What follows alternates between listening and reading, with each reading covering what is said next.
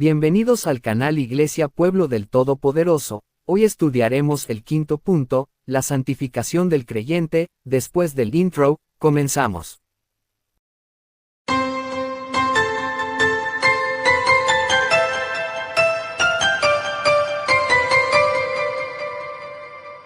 La santificación del creyente. Y esto erais algunos, mas ya habéis sido lavados, ya habéis sido santificados, ya habéis sido justificados en el nombre del Señor Jesús, y por el Espíritu de nuestro Dios. Primera de Corintios, capítulo 6, versículo 11. La santificación del creyente. Dios ha provisto de todos los medios para la santidad de cada uno de sus hijos. El plan es de Dios. Su anhelo es la santificación del mundo entero.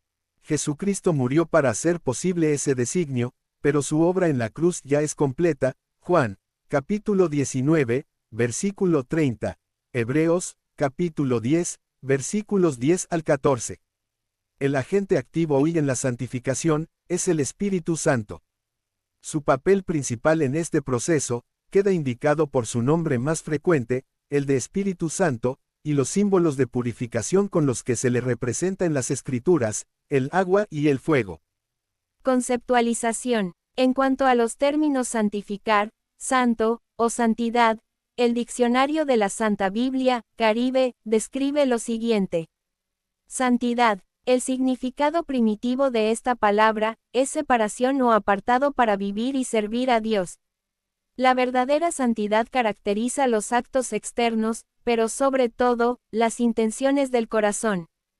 No meramente rectitud o benevolencia externa, o alguna otra excelencia moral, sino la armoniosa y perfecta combinación de todo.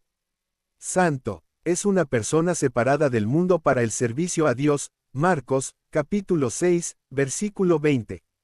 Aunque el creyente esté rodeado de maldad e inmundicia, puede permanecer siendo santo, aún en medio de la corrupción y la maldad. De hecho, es muy común en las Escrituras llamar santos a todos los cristianos. Romanos, capítulo 1, versículo 7. Efesios, capítulo 1, versículo 1.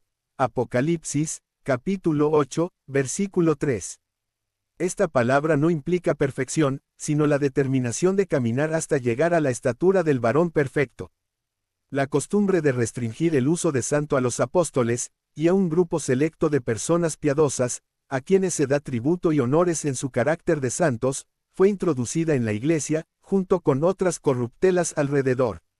Del siglo IV, la Iglesia Católica Romana, se atribuye el poder de convertir en santos a los individuos que en vida hicieron grandes y bondadosas obras. A estos personajes se les eleva a la posición de santos, y se enseña a los fieles a venerarlos, y a comunicarse con ellos para solicitarles determinados favores. Este concepto es contrario a las Escrituras, ya que se otorga esta dignidad solo a unos cuantos, y por otra parte se ultraja la dignidad intercesora de Jesucristo. Primera de Timoteo, capítulo 2, versículo 5, Hebreos, capítulo 7, versículo 25. Conceptos relacionados. Hay ciertas palabras que están implicadas en la santificación, y nos ayudan a entenderla. Consagración. El término en el Antiguo Testamento alude a la dedicación de un nazareno. Números, capítulo 6, versículo 12. Sacerdote, Éxodo, capítulo 29, versículo 9. Y ofrendas, Éxodo, capítulo 29, versículo 31. En el tiempo de los padres de la Iglesia, era relacionada con el momento del bautismo y la persona bautizada. En este sentido el creyente, por voluntad propia, consagra su vida al Señor, lo demuestra con el bautismo, y lo confirma con su entrega diaria en sacrificio vivo a su Salvador. Romanos, capítulo 12, versículo 1. Separación. Implica una distinción entre los hijos de Dios y los que no lo son. Es actualmente una demanda para el creyente. Primera de Timoteo, capítulo 6, versículo 5. Representa la necesidad del creyente de apartarse de todo lo malo. Apártese del mal, y haga el bien. Primera de Pedro, capítulo 3, versículo 11. Hay que aclarar que esta separación no se refiere a no entablar amistad con los incrédulos, como lo interpretaron los esenios, grupo que se alejó de la civilización, hasta el grado de irse a vivir en lugares apartados. El Señor Jesús es un claro ejemplo de que no se refiere a una separación física, ya que nunca dejó de relacionarse con los inconversos, por el contrario, se acercó a ellos para compartirles las buenas nuevas. Podemos concluir entonces, que la separación se refiere a no practicar el pecado. Estar entre ellos, pero no ser como ellos. Purificación. Este concepto está relacionado con el Antiguo Testamento, y se refiere a la limpieza exterior de las cosas y las personas, Levítico, capítulo 15, versículos 10 al 13. En el Nuevo Testamento, estas ceremonias de limpieza dan paso a la purificación del corazón, mediante la sangre de Cristo, Hebreos, capítulo 1, versículo 3. La santificación en el Nuevo Testamento. La santificación se ve completada, y entendida plenamente en todo sentido, en el Nuevo Testamento. De aquí en adelante ya no se refiere exclusivamente al hecho de separar, y dedicar cosas o personas como un rito exterior, sino que adquiere el sentido de separación, de todo pecado para vivir de acuerdo al carácter santo de Dios, Primera de Pedro, capítulo 1, versículos 14 y 15. Mientras que el Antiguo Testamento menciona objetos que se santifican, el Nuevo Testamento pone énfasis en las personas. Todo aquel que haya aceptado a Jesucristo se convierte en santo, Primera de Corintios, capítulo 1, versículo 2. Dios santifica a sus redimidos en su transitar en esta tierra, en lo que Él viene por ellos, Primera de Tesalonicenses, capítulo 5, versículo 23, y Cristo ruega al Padre por esa santificación, dejando ver que es el anhelo de su corazón, Juan, capítulo 17, versículos 17 y 19. La palabra, hagios, en singular, se traduce como santo, y se usa con frecuencia como adjetivo para describir a Dios, a su Espíritu, a Jerusalén. En plural se usa a menudo con respecto al pueblo de Dios. Entonces se suele traducir como los santos. Este término es muy común en el Nuevo Testamento, aparece 60 veces, y constituye una sólida evidencia de que los primeros cristianos comprendían su propia cualidad distintiva. Dios los había hecho santos. Teología Sistemática Horton, página 413. Implicaciones de la santificación. Como parte de la salvación, la santificación se recibe por gracia. Todo aquel que acepta a Jesús puede ser denominado, según las Escrituras, un santo. Incluso los corintios, a quienes Pablo exhorta para corregir su mala manera de vivir, se les trata como a santos, Primera de Corintios, capítulo 6, versículo 11. De esta manera podemos decir que, la santificación es un hecho consumado en el sacrificio de Cristo. Pero al mismo tiempo es una demanda concreta y continua para el creyente. Romanos, capítulo 6, versículos 19 al 22. Segunda de Corintios, capítulo 7, versículo 1. Primera de Tesalonicenses, capítulo 4, versículos 3 al 7. En este sentido, se considera que la santidad también es progresiva. Esto implica un crecimiento incesante, eliminando todo aquello que no agrada a Dios. La santificación es un estado, pero también es una práctica continua y exponencial. Todos somos santos, porque adquirimos tal carácter por nuestra posición de redimidos en Jesucristo, por lo tanto, debemos procurar la santidad en la vida diaria. Vemos por ejemplo, que en Primera de Corintios, capítulo 3, versículo 3, se llama carnales a quienes en primera instancia, se denominó santificados en Cristo. Primera de Corintios, capítulo 1, versículo 2. Perlman explica que eran santos y santificados en Cristo, pero algunos de ellos estaban lejos de serlo en su vida cotidiana. Habían sido llamados a ser santos, pero no caminaban dignos de la vocación a la cual habían sido llamados. Los medios de la santificación. Ambas partes entran en juego en la santificación, Dios y el hombre. Del lado divino, el Padre santifica. Primera de Tesalonicenses, capítulo 5, versículo 23, Primera de Pedro capítulo 5, versículo 10. El Hijo también santifica, Hebreos capítulo 2, versículos 10 y 11, capítulo 10, versículo 10, capítulo 13, versículo 12.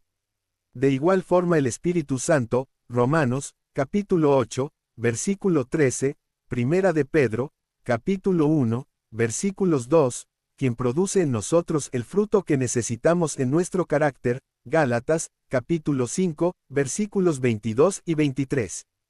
La persona debe depositar su fe en Cristo, Hechos, capítulo 26, versículo 18. Cuando uno cree en Cristo es santificado posicionalmente. Esta obra ocurre en el momento de la regeneración. Más por él estáis vosotros en Cristo Jesús, el cual nos ha sido hecho por Dios, santificación, Primera de Corintios capítulo 1 versículo 30. Aunque es un hecho que el hombre no puede santificarse a sí mismo, es Dios quien produce el querer como el hacer, Filipenses, capítulo 2, versículo 13. En la obra de santificación, Dios ha establecido los medios que el hombre tiene que emplear para obtener esta gracia. El Espíritu Santo. La obra del Espíritu Santo no cesa cuando una persona admite su culpa ante Dios. Podemos demostrar esto con facilidad en las Escrituras. Veamos estas palabras de Pablo: pero nosotros debemos dar siempre gracias a Dios, respecto a vosotros, hermanos amados por el Señor, de que Dios os haya escogido desde el principio para salvación, mediante la santificación por el Espíritu, y la fe en la verdad. Segunda de Tesalonicenses, capítulo 2, versículo 13. En este pasaje observamos claramente, que uno de los medios de Dios en este tiempo de gracia, para ayudarnos en nuestra consagración, es el Espíritu Santo. La palabra de Dios, la Escritura, es otro de los medios que el Señor nos ha dado para santificarnos cada día. Ella nos revela el estado de nuestros corazones, y el remedio para nuestro fracaso. Es la verdad de Dios la que nos muestra cómo agradarle.